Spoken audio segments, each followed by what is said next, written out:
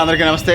మనం తెలుగుదేశం పార్టీ అనుబంధ కార్మిక విభాగం అయినటువంటి టీఎన్టీసీ రాష్ట్ర ఆర్గనైజింగ్ సెక్రటరీ వాసిరెడ్డి భాస్కర్ గారితోనూ సార్ చెప్పండి, 2024 పార్లమెంట్ ఎన్నికలకు సంబంధించి తెలుగుదేశం పార్టీ ఖమ్మం పార్లమెంట్లో ఎలాంటి నిర్ణయం తీసుకోబోతా ఉంది, ఎటువైపు చేస్తూ ఉన్నారు? నమస్తే అండి. ఇప్పుడు 2024లో మొన్న 23 డిసెంబర్కి ముందు అసెంబ్లీకి రాష్ట్ర వ్యాప్తంగా కాంగ్రెస్ పార్టీ చేసాం. ఇప్పుడు పార్లమెంట్ వచ్చినాయి ఒక 5 నెలల తర్వాత. ఇప్పుడు కూడా ఎందుకు ఇస్తున్నామంటే కొంతమంది ఏమంటున్నారంటే మీరు కాంగ్రెస్ కట్టిస్తారంటే అప్పుడు 4-5 నెలల నాడు ఇచ్చినప్పుడు ఏమీ లేదు, రాష్ట్ర వ్యాప్తంగా చేసినాం. ఇప్పుడు కూడా బీజేపీ ఆడపొత్తు కలిసింది. మాకు ఆడపొత్తు కన్ను ఇక్కడ నేషనల్ చేరినా కూడా ఇక్కడ మాకు రాష్ట్ర కమిటీ ఉంటుంది. మా నిర్ణయం కానీ బీజేపీ రాష్ట్ర కమిటీ కూర్చొని కోర్ కమిటీ కూర్చొని నిర్ణయం ప్రకటిస్తే మేము కాంగ్రెస్ మద్దతు ఇస్తే తప్పు. అలాంటిది ఏం జరగకుండా ఎవరెవరో ఖమ్మంలో కొంతమంది బీజేపీ అనేది తిరిగి ఆడవాళ్ళు ఒకళ్ళిద్దరూ తిరుగుతున్నారు. వాళ్ళు తప్పు అట్లే మేము మా మిత్రులే కాబట్టి మాకు ఎక్కువ ప్రజల్లో వచ్చింది ఏంటంటే మొన్న కూడా చేసాం కాబట్టి స్థానిక సంస్థలు భాగస్వామ్యం చేస్తూ ఉన్నారు కాబట్టి కాంగ్రెస్ మద్దతు ఇస్తున్నాం. ఎందుకంటే మాకు ఈ జిల్లాకు వచ్చేవారికి 3 మంత్రులు ఉన్నారు, అంతా మనకి ఇది చేసిన వాళ్ళు మంచి పరిపాలన. ఇప్పుడు మాకు బాధ ఏంటంటే ఇప్పుడు అదివరకు టీఆర్ఎస్ కేసీఆర్ గారు కానీ అసలు ప్రజాస్వామ్యం లేకుండా చేశారు. ఇప్పుడు కాంగ్రెస్ వచ్చాక ప్రజాస్వామ్యం అనేది ఉంది. మంత్రులు కానీ ఎవరైనా ముఖ్యమంత్రి గారు కానీ చెప్పిన వింటున్నారు, మంత్రులు వింటున్నారు. అంతా మన జిల్లా మనకు తెలిసిన మంత్రులు.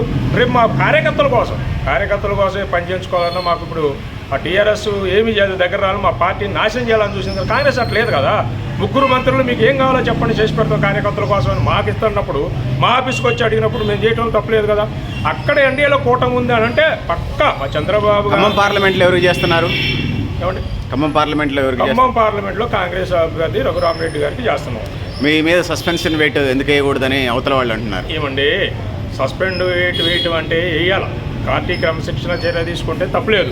అసలు మేము పార్టీ క్రమశిక్షణ పార్టీ మాకు పొరపాటుగా కానీ ఇప్పుడు నియోజకవర్గ ఇన్ఛార్జ్ 7 నియోజకవర్గాల్లో 7 నియోజకవర్గ ఇన్ఛార్జ్ పార్లమెంట్ కదా కూర్చోబెట్టి మా జిల్లా అధ్యక్షులు గారు రాష్ట్ర కమిటీ చంద్రబాబు గారు ఆదేశాలు కూర్చోబెట్టి నిర్ణయం తీసి ఒక ప్రెస్ నోట్ రిలీజ్ చేసి మనం ఇద్దామని ఒక ఉమ్మడిగా రాష్ట్ర కమిటీ కానీ చంద్రబాబు గారు ఆదేశాలు ప్రకటించి మేము వ్యతిరేకం చేస్తే మాకు వేయచ్చు.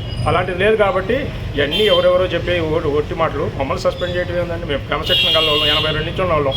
ఇప్పుడు పార్లమెంట్ తెలుగుదేశం ప్రెసిడెంట్ నేతృత్వ వైఖరి అని అనుకోవచ్చా? దీన్ని బట్టి పక్కా అండి. ఇప్పుడు ఈ టైం కాదు కాబట్టి ఇప్పుడు ఆయన గారు చేసింది ఏంటి, అన్ని పార్టీలను ఆఫీసుకి పిలిచారుగా. అట్లా ఉంటుందండి ఏ పార్టీ ఆఫీసులోనా. అన్ని పార్టీలు అడగటం వేరు. బీఆర్ఎస్ చతురమైన పార్టీ కూడా పిలిపించిందిగా మద్దతు కోసం వస్తున్నారని జిల్లా అందరూ రాండి అని అంటే అట్లా ఉంటుందండి ఒక అధ్యక్షుడు చేసింది. నేను 82 ముందు నుంచి కమ్యూనిస్ట్ పార్టీలు చేసిన అంటాడు, 83 ఏళ్ళు అంటారు. అసలు చేసిన నిర్ణయాలే ఆయన తప్పు. అసలు మొన్న కూడా అండి మీకు అసెంబ్లీలో అసలు కాంగ్రెస్ కొద్ది బీఆర్ఎస్కి వేయండి పైనుంచి నిర్ణయం అన్నాడు మొన్న అసెంబ్లీలో నవంబర్లో. మరి ఇచ్చిందా? రాష్ట్ర వ్యాప్తంగా కాంగ్రెస్ చేతి బీఆర్ఎస్కి ఏమన్నాడు? మరి 119 పోటీ చేయాలని స్టేట్మెంట్లు ఇచ్చిండుగా. ఈయన ఎట్లనే వస్తే ఏక నిర్ణయం చేసిండు. మమ్మల్ని సస్పెండ్ చేయాల్సి వస్తే ఇప్పుడు మాట్లాడకూడదు, టైం కాదు కాబట్టి ముందా జిల్లా అధ్యక్షుడు 3 పదవులు తీసుకుని రాష్ట్ర ఉపాధ్యక్షుడు మధుర నియోజకవర్గ ఇన్ఛార్జి ఇంకా 3 ఇచ్చినా తీసుకుంటారు. ముందు ఆయన కానీ సస్పెండ్ అయ్యాక మా తర్వాత మమ్మల్ని చూద్దరు. కానీ మా దగ్గర చంద్రబాబు గారు మేమేందో తెలుసు, మేము ఎంత కష్టపోయి ఎవరు ఆగమయ్యారో, ఎవరు కోవట్లో ఎవరు ప్యాకేజీగాళ్ళు ఎవరెవరో అందరూ బయటకు వస్తాయి. ఇప్పుడు ఇది టైం కాదు కాబట్టి దాని గురించి ఇప్పుడు ఎక్కువ పోకూడదు అనేది మాకు క్రమశిక్షణ పార్టీ. మా దగ్గర మా తప్పు ఉంటే తీసుకోవచ్చు, ఎవరైనా తీసుకోవచ్చు, తప్పలేదు. కానీ మేము ఎప్పుడు ఉల్లంఘన తప్పింది అధ్యక్షుడు ఉన్నారు. అది మా కోరిక అది.